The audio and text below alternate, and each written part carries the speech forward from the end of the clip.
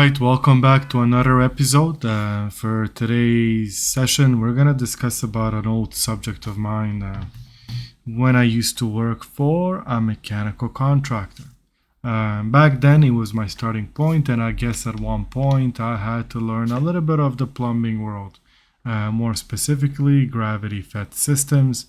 So there was a lot of challenges with sloping components, with pipe fittings, and all these other miscellaneous aspects of mechanical modeling. Obviously, this was a challenge in its nature just because back then Revit was a little bit flawed in that regards. There was a lot of connection issues, there was a lot of manipulation issues and things like that. So once you've built a system, it was very hard to modify it at one point. Regardless, one of the key features that I had to find a workaround was how to properly install a P-trap fitting. So the P-trap fitting is going to be an important one. We often talk about it. They're found everywhere. They serve this wonderful purpose for gases not to come back inside the homes and buildings. So obviously we want to understand how to place these effectively. Now typically Revit has established a method, to kind of implement these within designs. However, my method of doing it the way that it's supposed to, but it felt a little bit inefficient. Mostly because you weren't able necessarily to do a lot of things, and it just didn't feel like it was the right thing. Just because, there's a lot of steps. Obviously, it doesn't always work, and then you have to think about it, you have to adjust things, and it just never felt right. So there is a small workaround that I've discovered at one point, and I'm going to go through this workaround at this current stage and time that we are in. I've done this video before just without sound.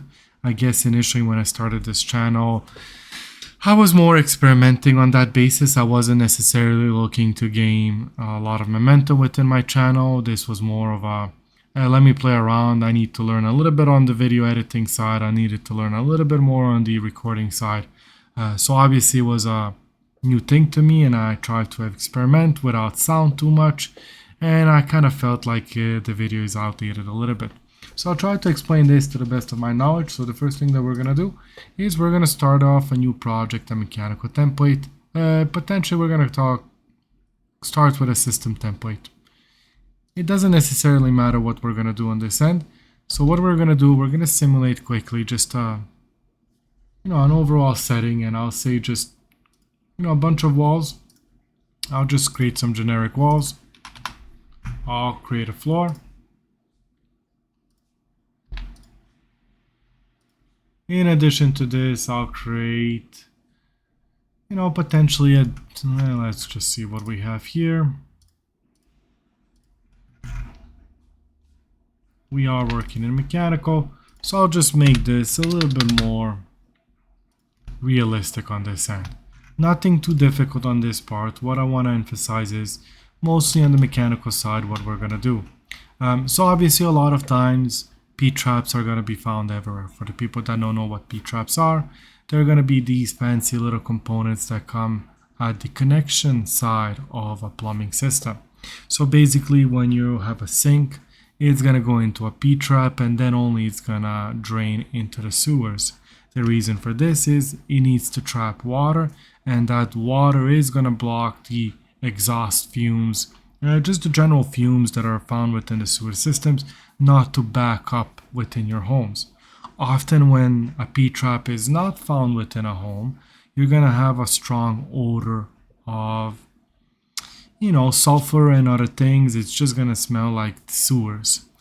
So obviously there's a lot of importance to it, and especially on the commercial side, you're going to see often these everywhere. Residential side as well. It's just often residential homes, when you're looking at toilets, water closets, whatever you want to call it, they have a P-trap integrated within them. So you can only find them at the drain level and potentially at the sink. Well, not potentially, actually at the sink and the drain levels. Either way, we're going to go through how to do this properly, because there's the easy way and there's the hard way. So let's create a bunch of pipes. That's going to be our first step.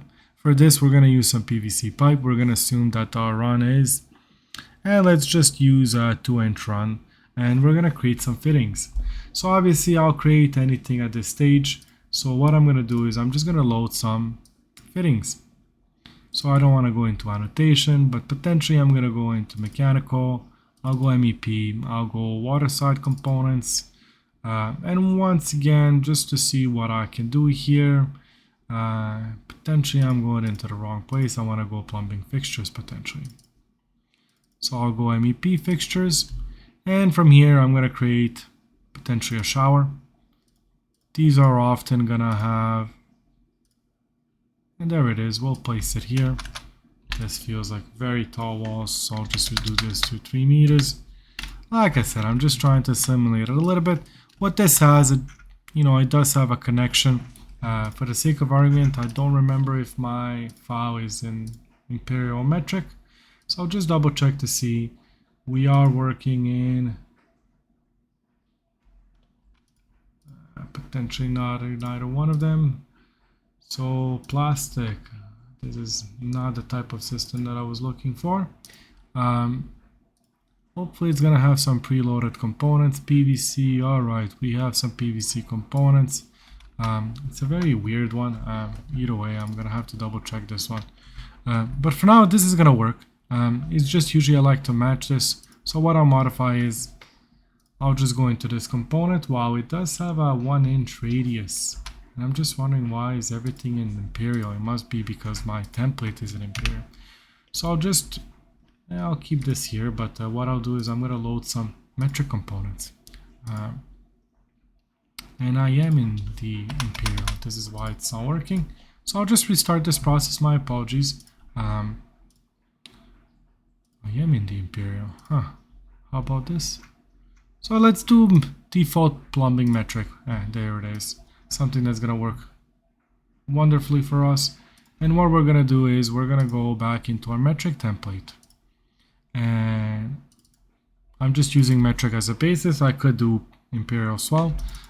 Just for the sake of argument, I'm gonna do it in metric. So water closet, not water closet, I want to do showers. There we go, that corner. And in addition, I'm gonna do a sink. So sinks, do we have any sinks? Once again, this is a mop sink. There we go. We can do either or. So once again, just gonna create a bunch of walls. This wall will extend. Let's go this way. We're just simulating a floor. And once again, to provide this aspect. And lastly, I'm going to place my components, and let me just place my components right here. I have a shower, and in addition, I'm going to have a mop sink. And so let's just leave it this way, whatever. We'll consider this a very weird setup, very weird home. It is what it is on that end, and I'll just make a bunch of walls. All right, so we have somewhat something here. I'm going to just place in Y, just to kind of simulate the real life situation. And once again, I can kind of see this is all acting weird for some reason. So the unconnected, oh, I see. I wanted to do 3 meters from here, maybe all the way to level 2. How about this? All right, so we have these components. Now this component is a flush 50 millimeters, and this one is also a flush 50 millimeters. And let's say we want to connect these together and then drain down to go into our sewers, I guess, or whatever collector pipe is going to pick up these services. So obviously there's a couple ways to work with this. I'm not going to go through the basics of mechanical modeling. There will be a separate sessions for this. I'm going to do a master class on how to become a master MEP modeler, touching base on mechanical, HVAC, piping, plumbing, electrical, and all the rest. But for now, I'm just going to assume that you have some experience, so you understand a little bit on how to navigate this world, and you know how to create some of these components. So obviously what I want to do here is, I just want to double check my pipes. My pipes should have a PVC, perfect, and it should be routed properly. So now we can kind of see that our bends are these bends, and that's okay. And the only thing that we're missing is we need that pipe fitting. So that being said, I'm going to load my family. I'm still in the metric, just try to stay consistent with these. But essentially we're going to go into piping. I'm going to go into fittings. I'm going to go into PVC, schedule 40, socket type. And I am going to go in domestic, waste and venting. And I'm going to use that P-trap. So once again, beautiful components and they're all there. And for the people that don't know, this is a P-trap. So in real life, it looks something like this. So you're going to have a pipe connected here. For example, this is going to slope downwards 1%. And you know, it's going to go to your connection. Basically, you know, going upwards like this. Maybe too much. I meant to say 500. So once again, I'm just simulating some of this aspect. And we can kind of see that it works okay. However, the problem here becomes, how do we get this a little bit more systematic? I don't want this, you know, to start off. Usually I would have a piping system. And let's just simulate that aspect. Potentially I'm just going to lock all this. Sorry. I like to pin everything. And I like to make my pinning not selectable, so that way I'm not able to select anything. These are static components, they're not going to move anywhere. On that end, now we have all these components, and everything else is static. So that way I'm not able to select it accidentally and move it accidentally like I did before. So if I go into my plumbing view, let's just assume I'm going to have a pipe. And you know, this is going to come from the exterior of the building.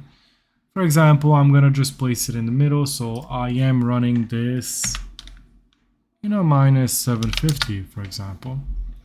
And the diameter is going to be an 8-inch pipe. And basically what I'll do is, I'm going to come into the building. From that building, I'm going to go upwards maybe by 300. And you know what, maybe 400. I'll modify these. And I'm going to split my branches eventually. So once again, you can kind of see I don't see anything here. So I'll just reduce my view depth for minus 1500. So I am able to see some of these components a little bit clearer. So now we can see our piping. We can see that I don't have any slopeage, which I should have had a slopeage. And I'm going to do 1% upwards. Hopefully it's going to be directed in the correct way. You know, you can always double check to see if it's going in the right direction. And we can see that it's sloping right here correctly. Once again, we have everything here. The only adjustment that I want to make is I want to ensure that, you know, this looks a little bit realistic. So we are connecting a little bit below. Once again, these services, these are theoretical size, but in reality, it would be a lot larger than this at the connection. It would be picking up an entire home or entire building. So obviously, it's not going to be a 3-inch pipe. I'm just simulating this, and essentially what I'm going to do is I'm going to create 2 branch offs. So to do this, I'm going to create a pipe fitting. Most likely I don't have that pipe fitting. I have a sanitary connection. I do have a double one, but it's not a reducing one. So what I'll just get a couple of them inside my model. So once again, the one that I'm going to do is, I'm going to not do a double, but I'm going to do just a regular one. I like using these regular ones often. Just feel like they're a little bit more, for some reason I'm not able to connect to these. Why?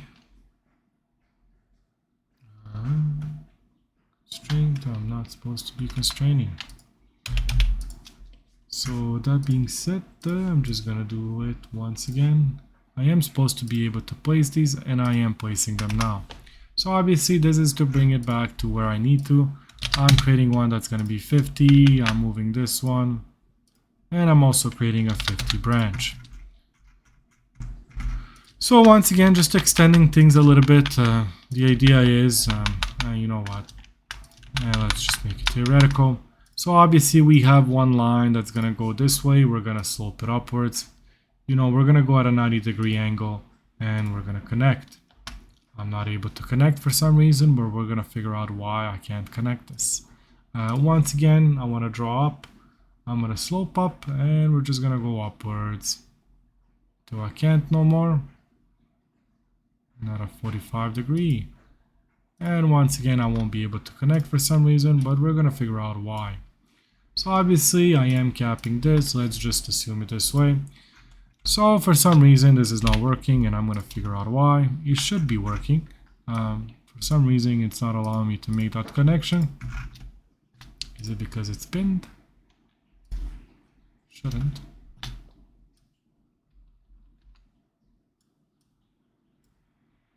It's connecting now. Potentially I should have just read that warning instead of just assuming. And connects. So obviously, as you can see, this is a little bit complex, and usually what you would have to do is either you would have to create it before and then adjust it, or you would have to delete and then kind of move this backwards in order for you to create a fitting.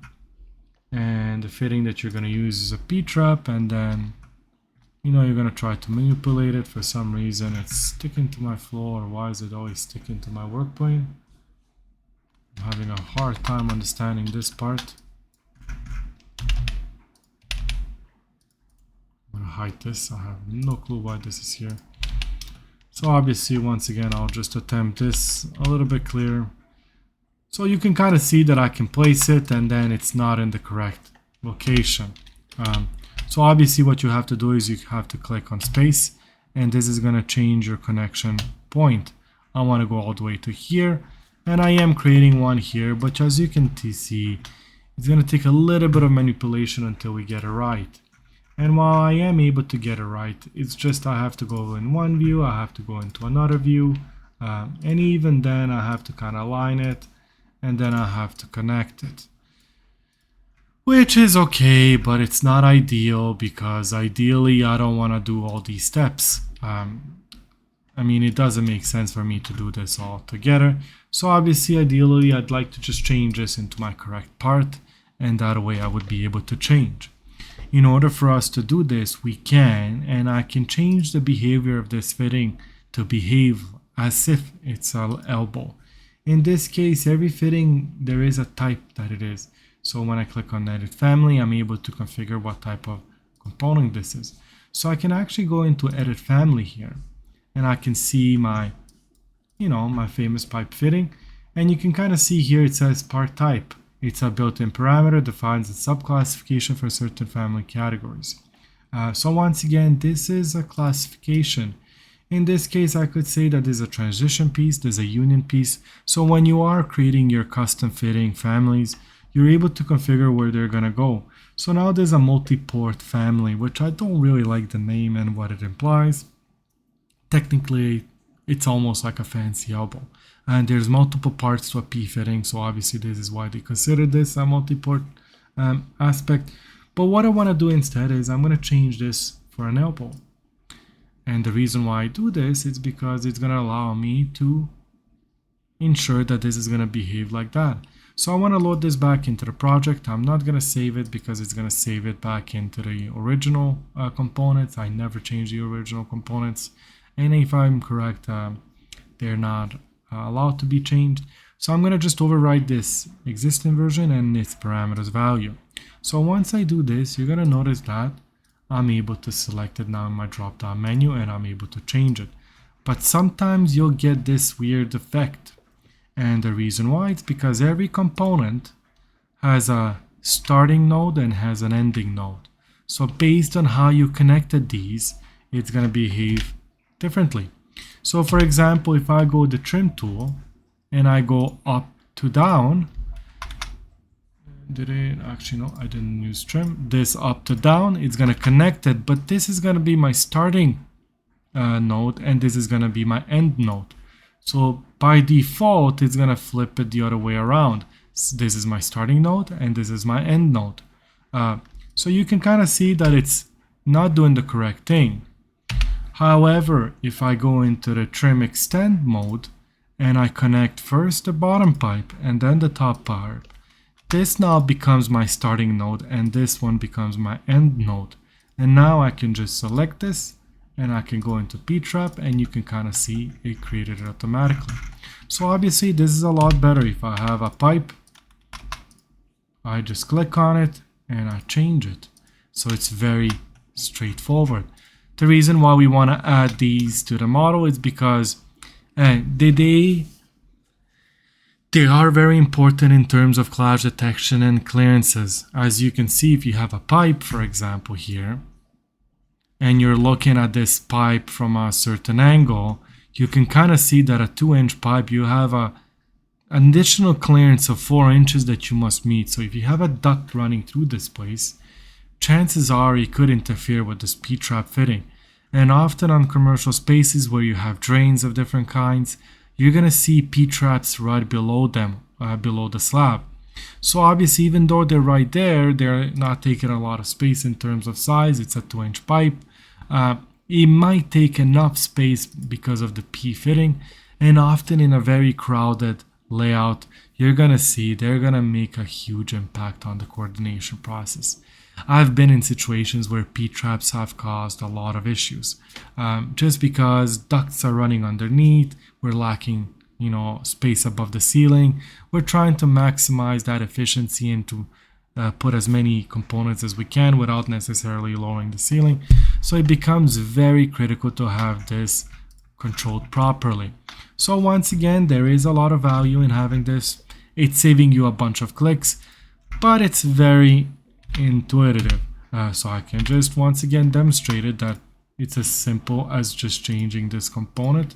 And I messed it up because there's unexpected results, and the reason why is because there's always things with Revit and you can never satisfy anything. And I believe it has to do with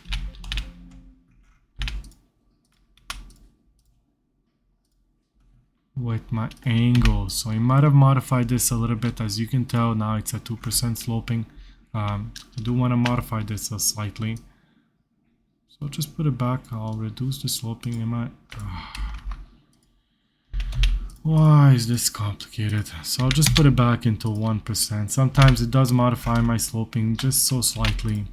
And like I said, this is good now how Revit used to be. But obviously a long time ago, there was a bunch of unexpected errors like that.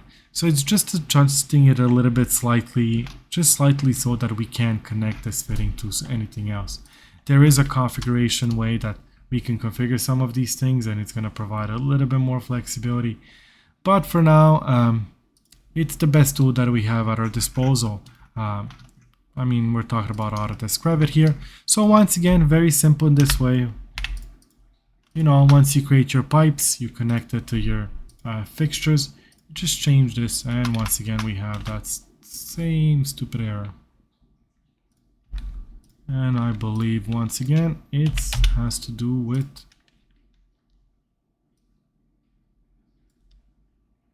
something to do with my sloping, which is very surprising. Shouldn't necessarily act this way, but it is acting this way. And like I said, Revit always had this issue of having this problem when you have to edit families.